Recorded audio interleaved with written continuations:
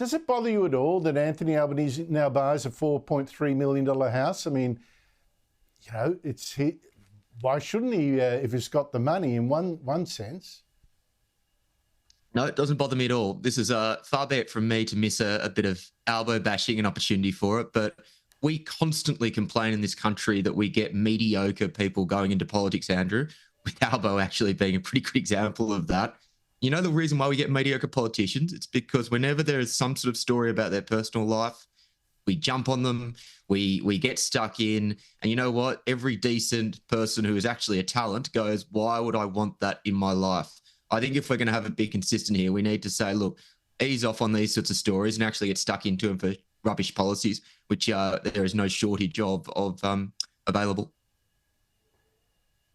Danica, I'd actually be worried if a guy had so little financial nous, couldn't make some smart financial decisions even for himself. And I've got to also point out that Anthony Albanese is not as rich, say, as Peter Dutton, is not as rich as Malcolm Turnbull by any means, nor Kevin Rudd.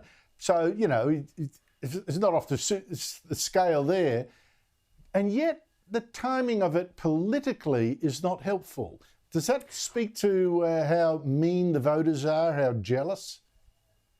Well, I don't think it's a case of jealousy. In the end, I don't understand what the big deal is about a man buying a property. Good on him. If he can afford it, if he can go out and buy a property in this sort of climate, that's fantastic. I don't care how he spends his money. I don't care how many properties he's got. It's not my business. I don't think it comes down to jealousy. I think what it comes down to is the optics of it when we are in the middle of a cost of living crisis, and Anthony Albanese has done nothing to help those who actually cannot rent, let alone buy a house. It's the optics more than anything. But I say, if you can buy a property, all the power to you. I don't have a problem with it. Good on you both. Look, there is a lot of praise going on for former 60 Minutes journalist George Negus, who's just died after a battle with Alzheimer's. It's a terrible thing, and all sympathy to his family. All I will say at this time is that Negus is actually, I believe, more famous for how Margaret Thatcher caught him out playing an old journalistic trick. This is gold. Have a listen.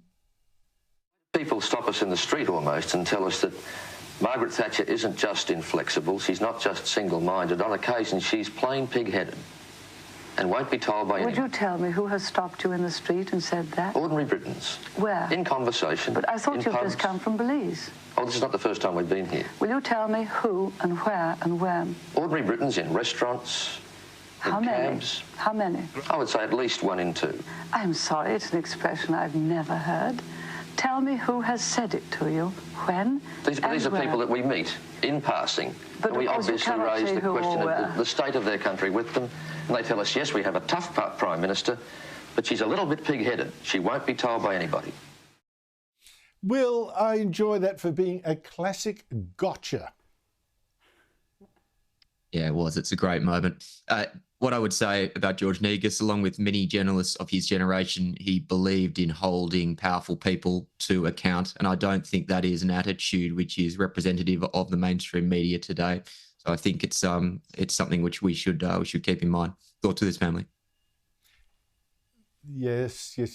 But I think that old thing is people tell me as a way of injecting your own prejudices. I think that died that day with that interview. I hope, anyway. Danica DiGiorgio, Will Kingston, thank you very much to you both.